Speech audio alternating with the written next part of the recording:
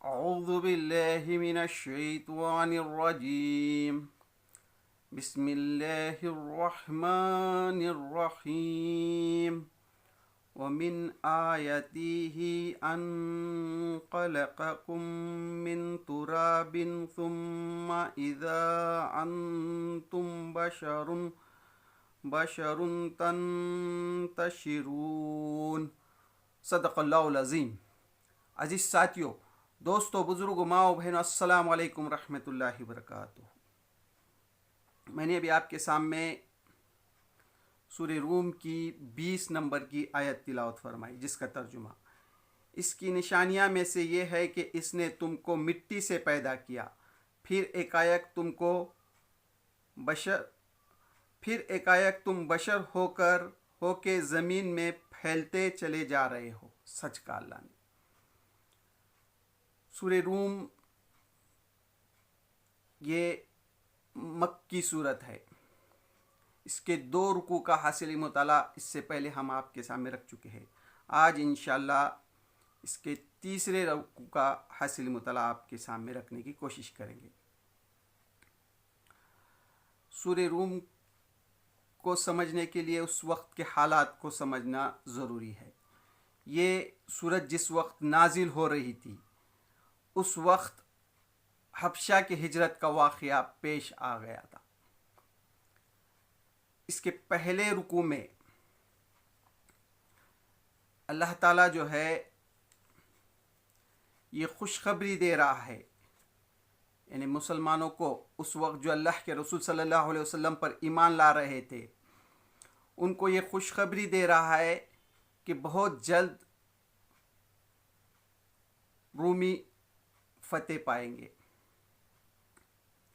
اور مسلمانوں کو یہ بھی خوشی خبری دے رہا ہے کہ مسلمان کو 2 خوشیاں نصیب ہوگی۔ یہ عجیب خوشی کا اعلان ہے۔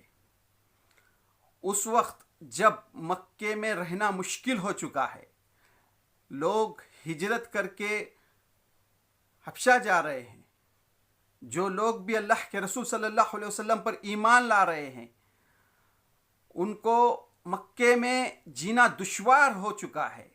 مشرکین مکہ وہاں رہنے نہیں دے رہے ہیں۔ اگر تم کو مکے میں رہنا ہے تو اللہ کے رسول صلی اللہ علیہ وسلم پر جو لوگ ایمان لا رہے تھے ان سے کہہ رہے تھے کہ نعوذ باللہ تم کو جو ہے اللہ کے رسول صلی اللہ علیہ وسلم کو برا بھلا کہنا پڑے گا، جو تم اسلام اپنا چکے اس کو چھوڑنا پڑے گا۔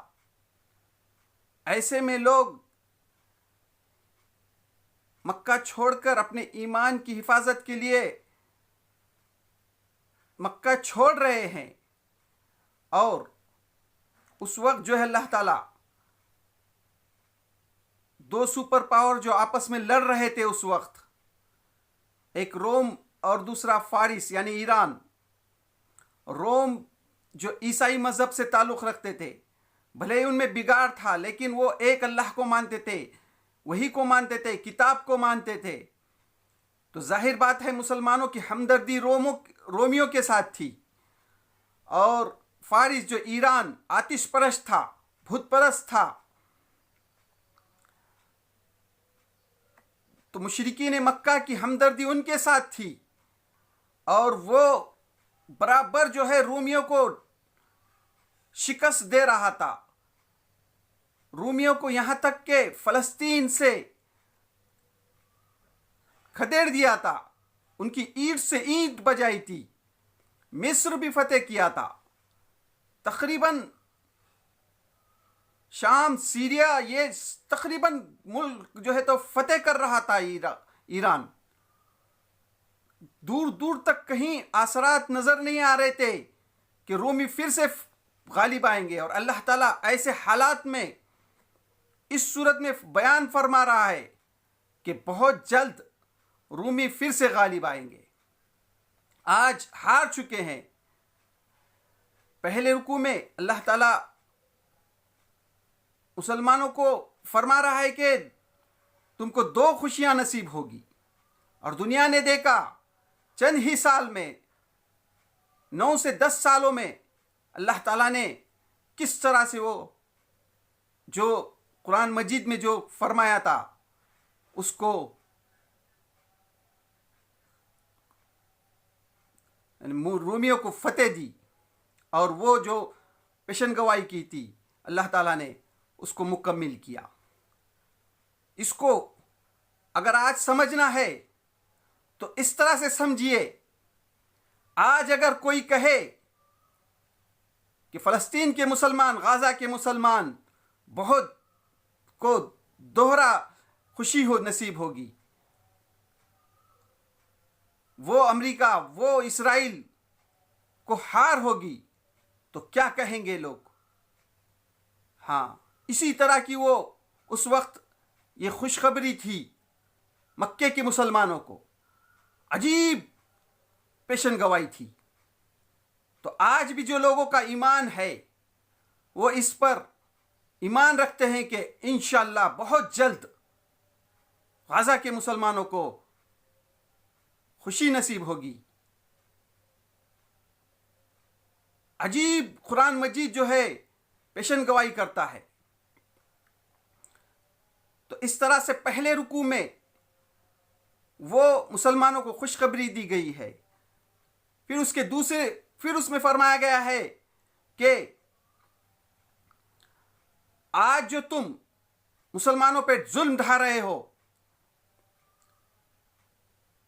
تو کیا تم نے غور و فکر نہیں کیا؟ اس سے پہلے بڑے بڑے قومیں گزرے ہیں، عاد و سمود کی قوم، فرعون کی قوم، اللہ تعالیٰ نے ان کا کس طرح سے نام و نشان مٹایا.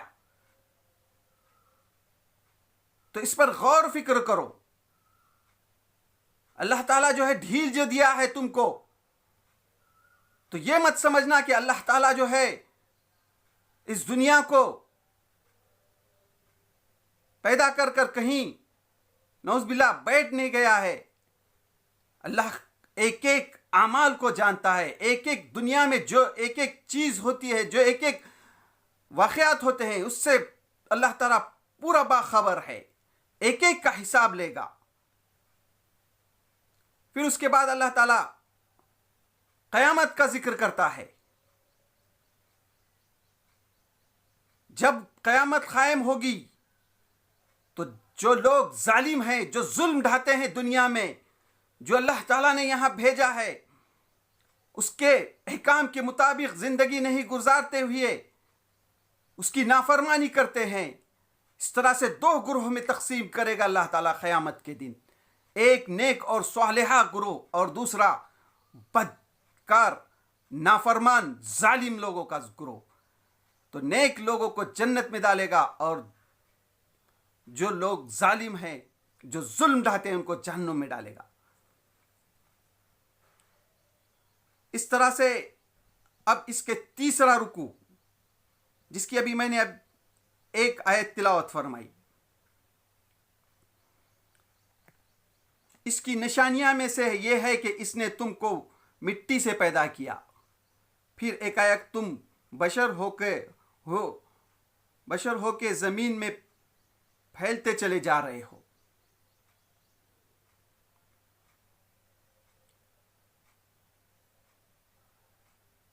اب اس رکوع میں جو ہے اللہ تعالی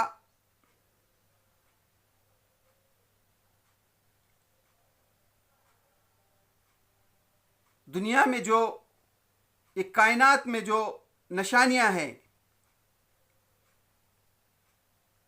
زمین و آسمان، سورج، چاند، ستارے، انسان، ہر چیز پر غور فکر کرنے کی دعوت دیتا ہے. ایک ایک چیز پر غور کرو. انسان کی نیند کی اللہ تعالیٰ نے جو سکون بنایا، ایک ایک چیز کی جو ہے تو پر غور فکر کرنے کی دعوت دیتا ہے، اور کہتا ہے کیا تم اتنی عقل نہیں رکھتے کہ یہ خود ہی وجود میں آئی، یا اس کا ایک مالک ہے، یا اس کے بہت سے مالک ہے؟ ایک خدا ہے یا کئی خدا ہیں؟ یہ کیسے ممکن ہے؟ یہ جو روز مرہ کی جو زندگی چل رہی ہے، یہ لاکھوں کروڑوں نہ جانے ملین بلین کتنے لوگ انسان دنیا میں آ رہے ہیں، جا رہے ہیں، کیا بس یوں ہی آ رہے ہیں یوں ہی جا رہے ہیں؟ کب سے دنیا بنی ہے؟ سورج مشرق سے نکلتا ہے، مغرب میں غروب ہوتا ہے، رات اپنے وقت پر آتی ہے، صبح اپنے وقت پر ہوتی ہے، انسان دنیا میں آتے ہیں، مرد آتے ہیں، عورتیں آتی ہیں، تو کس طرح سے اس طرح سے غور فکر کرنے کی دعوت دیتا ہے۔ اس کی نشانیاں میں سے یہ ہے کہ اس نے تم کو مٹی سے پیدا کیا۔ اللہ تعالیٰ نے جو ہے مٹی سے تم کو جو پیدا کیا ہے، پھر ایک تم بشر ہو کر، یعنی انسان کی تخلیق چند بے جان مادے ہیں جو زمین میں پائے جاتے ہیں، کاربن، کیلشیم، کچھ سوڈیم، یعنی انسان کے اندر جو اللہ تعالیٰ نے جو مٹی سے پیدا کیا ہے، اس میں جو ہے تو کاربن، کیلشیم، سوڈیم، یہ بے جان مادے ہیں جس سے میں انسان پہلے سمجھنا تو اس کو بہت مشکل تھا، لیکن آج کتنا آسان ہے سمجھنے کے لیے کہ اللہ تعالیٰ نے انسان کو کس طرح سے مٹی سے پیدا کیا ہے۔ جو چیز مٹی میں ہے وہ انسان کے جسم میں ہر ہے۔ کوئی بھی ایک چیز بھی اگر کم ہو گئی انسان کے اندر سے، شوگر، نمک، ایسے کوئی بھی ایک چیز کم ہو گئی تو کس طرح سے انسان کمزور ہو جاتا ہے، کس طرح سے بیمار ہو جاتا ہے۔ اس طرح اللہ تعالیٰ فرما رہا ہے، اس کی نشانیاں میں سے یہ ہے کہ اس نے تم کو مٹی سے پیدا کیا۔ اللہ تعالیٰ نے انسان کو مٹی سے پیدا کیا، اور تم جو ہے تو زمین میں پھر پھیلتے چلے جا رہے ہو۔ اور اس کی نشانیاں میں سے یہ ہے کہ اس نے تمہارے لیے تمہارے جن سے بیویاں بنائی، یعنی اللہ تعالیٰ کی نشانیوں میں سے یہ ہے کہ اللہ تعالیٰ نے جو ہے تمہارے جن سے تمہاری بیویاں بنائی تاکہ تم ان کے پاس سکون حاصل کرو، تاکہ تم جو ہے تو ان کے پاس سکون حاصل کرو۔ اللہ تعالیٰ کی کتنی بڑی نعمت ہے کہ اللہ تعالیٰ نے جو ہے ایک ہی تخلیق جو الگ الگ کی، جس کے الگ جذبات ہوتے ہیں، عورت کے الگ جذبات ہوتے ہیں، مرد کے الگ جذبات ہوتے ہیں، اللہ تعالیٰ نے اس لیے بنایا کہ تاکہ تم ایک دوسرے سے سکون حاصل کرو۔ سکون کہا اللہ تعالیٰ نے، کس طرح سے وہ جو میاں بیوی کے جو تعلقات ہوتے ہیں کس طرح سے سکون ہوتا ہے۔ انسان اس میں جو ہے تو انسان کا خود کا کیا دخل ہے؟ پھر آگے اللہ تعالیٰ فرماتا ہے تاکہ تم ان کے پاس سکون حاصل کرو، تمہارے درمیان محبت اور رحمت پیدا کر دی۔ یقیناً اس میں بہت سی نشانیاں ہیں ان لوگوں کے لیے جو غور فکر کرتے ہیں۔ یعنی محبت اور الفت پیدا کی، یعنی اللہ تعالیٰ جو مقصد بتا رہا ہے انسان کو کہ انسان کی تخلیق کرنے کے بعد جو مرد اور جو عورت جو الگ الگ پیدا کی اللہ تعالیٰ نے، اس میں انسان کا کیا دخل ہے؟ غور کیجئے کہ آج جب سے دنیا بنی ہے تب سے لے کر آج تک اور قیامت تک برابر اللہ تعالیٰ جو ہے یہ جو کارخانہ ہے اللہ تعالیٰ کا، کبھی ایسا نہیں ہوا کہ دنیا میں صرف مرد ہی مرد پیدا ہوئے یا عورتیں ہی عورتیں پیدا ہو گئی، ایسا کبھی بھی نہیں ہوا۔ اس میں انسان کا کیا دخل ہے؟ ایک لمحے کے لیے بھی دخل نہیں ہے۔ پھر جس طرح سے اللہ تعالیٰ نے رات کو سکون کہا،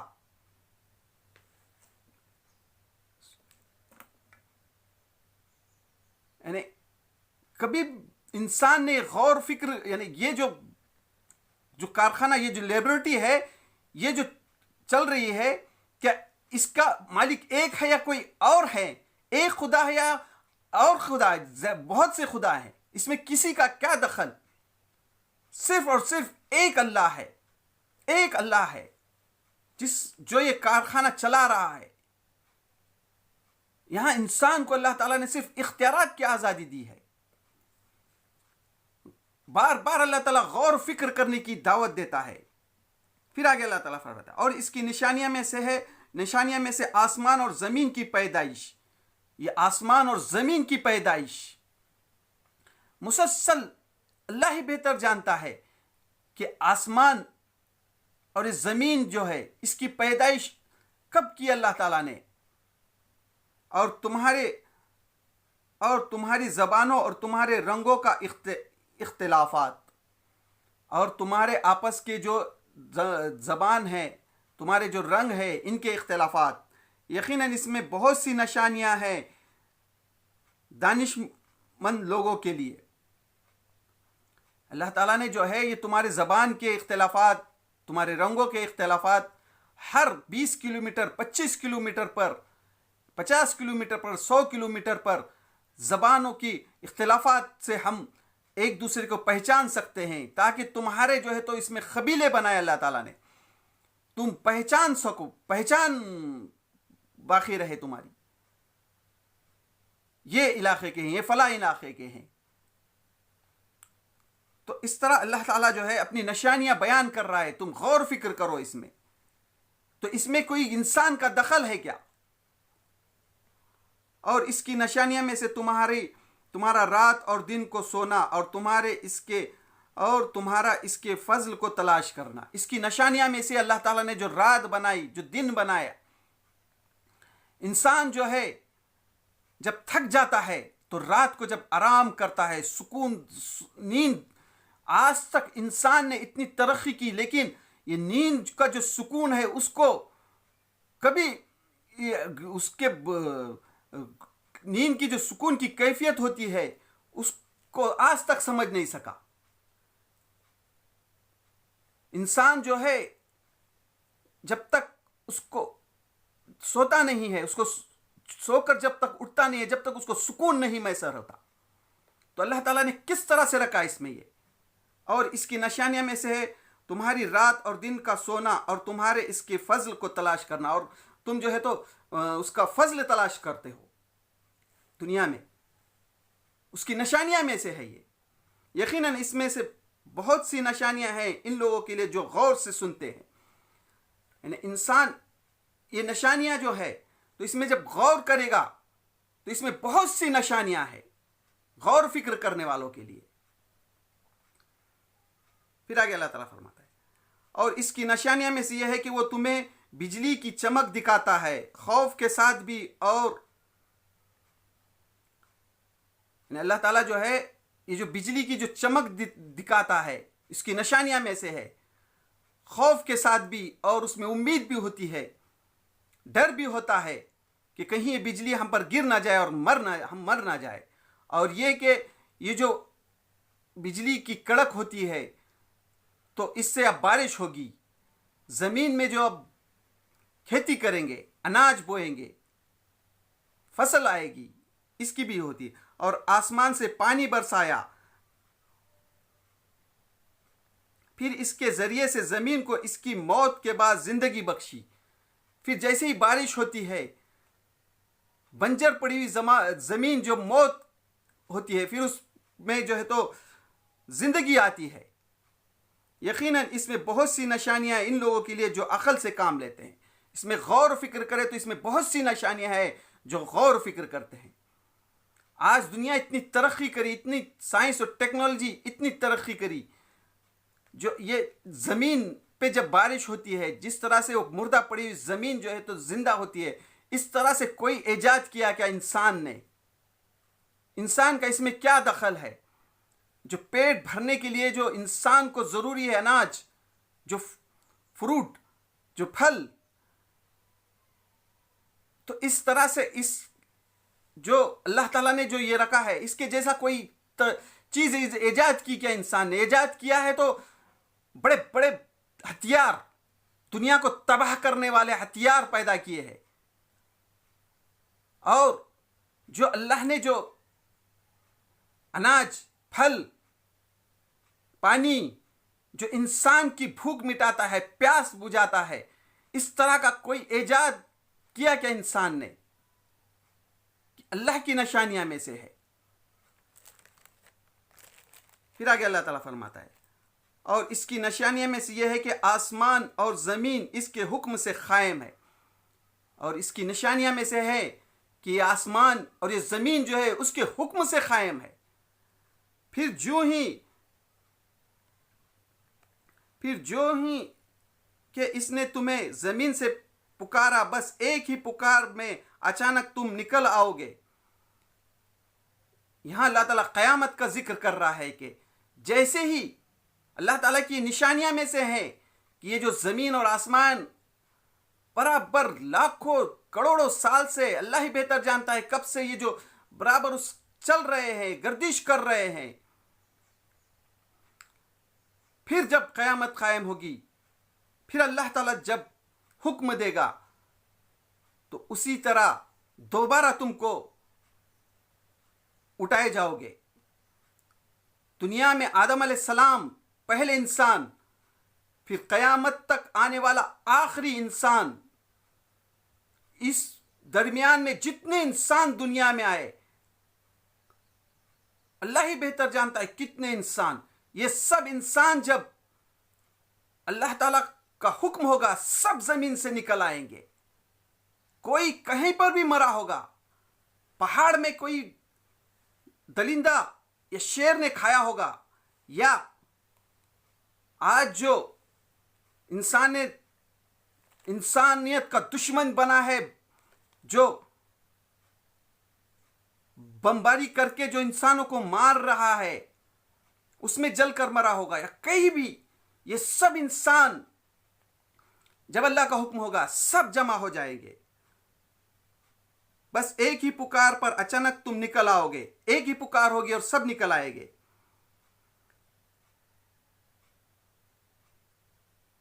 آسمان اور زمین میں جو بھی ہے اس کے بندے ہیں، سب کے سب اسی کے تابع فرمان ہے۔ یعنی زمین اور آسمان میں جو بھی ہے وہی ہے جو اول بار بھی مخلوق کو پیدا کیا، پھر سے دوبارہ پیدا کرے گا، اور یہ تو اس پر بہت ہی آسان ہے، اس کی بہترین اور اعلیٰ صفات ہے، آسمان میں اور زمین میں بھی، اور وہی غالب وہ حکمت والا ہے۔ یعنی اللہ تعالیٰ نے جو ہے پہلے بھی یہ جو مخلوق ہے دنیا میں اس کو پیدا کیا، اور پھر دوبارہ بھی پیدا کرے گا۔ اللہ تعالیٰ جو ہے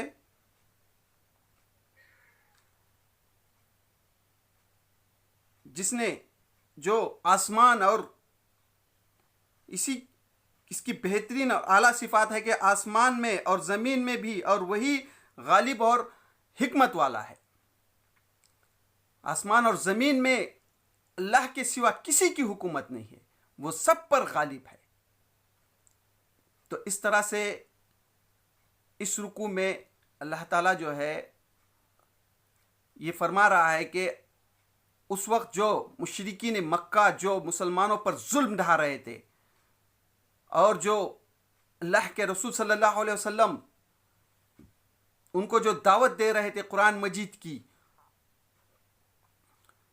تو وہ لوگ جو جھٹلا رہے تھے، تو ان سے اللہ تعالیٰ مخاطب ہو کر فرما رہا ہے کہ تم کائنات کے ایک ایک چیز پر غور و فکر کرو۔ اس وقت تو آج سے 1450 سال پہلے بہت مشکل تھا، لیکن آج سائنس نے اتنی ترقی کری، تو آج اس پر غور فکر کرے ایک ایک چیز پر، کہ یہ جو اللہ تعالیٰ نے جو کائنات بنائی اس میں انسان کا کیا دخل ہے، اور اگر اس کے بہت سے خدا ہوتے تو یہ جو لاکھوں کروڑوں سالوں سے جو نظام چل رہا ہے تو یہ کیا یوں ہی چلتا؟ اگر اس کے بہت سے خدا ہوتے تو یہ نظام برابر اسی کے مطابق کیسا چلتا؟ غور فکر کرنے کی دعوت دے رہا ہے اللہ تعالیٰ. اور آج تم جو نبی جو دعوت دے رہے ہیں ان کو جو تم ستا رہے ہو تو بہت جلد تم کو معلوم ہو جائے گا. اس رکوع میں اس وقت جب قرآن مجید نازل ہو رہا تھا اس وقت کے مشرکین کے لیے بھی اور آج کے دور کے جو لوگ ظلم ڈھا رہے ہیں مسلمانوں پر ان کے لیے بھی سبق ہے کہ کائنات کے ایک ایک چیز پر غور کرو اور انسان کی عمر کیا ہے ایسی, انسان کتنے دن زندہ رہ سکتا ہے, لیکن اس کے بعد تم کو جانا کہاں ہے؟ وہی اللہ کے پاس جانا ہے, وہی خدا کے پاس جانا ہے, وہی گاڈ کے پاس جانا ہے. پھر کیا کرو گے؟ تو یہ تھا سورہ روم کے تیسرے رکوع کا حاصل مطالعہ جو میں نے آپ کے سامنے رکھنے کی کوشش کی. تو اللہ سے دعا, اللہ ہم جو قرآن مجید کو سمجھنے کی کوشش کر رہے ہیں اس کی صحیح سمجھ نصیب عطا فرما, اور اس کے سمجھنے میں جہاں ہم سے غلطی اور اس کو معاف کر دے, اور قرآن مجید کو سمجھ کر پڑھنے اور اس کو عمل کرنے کی توفیق دے. وآخر الدعوانا الحمد للہ رب العالمین.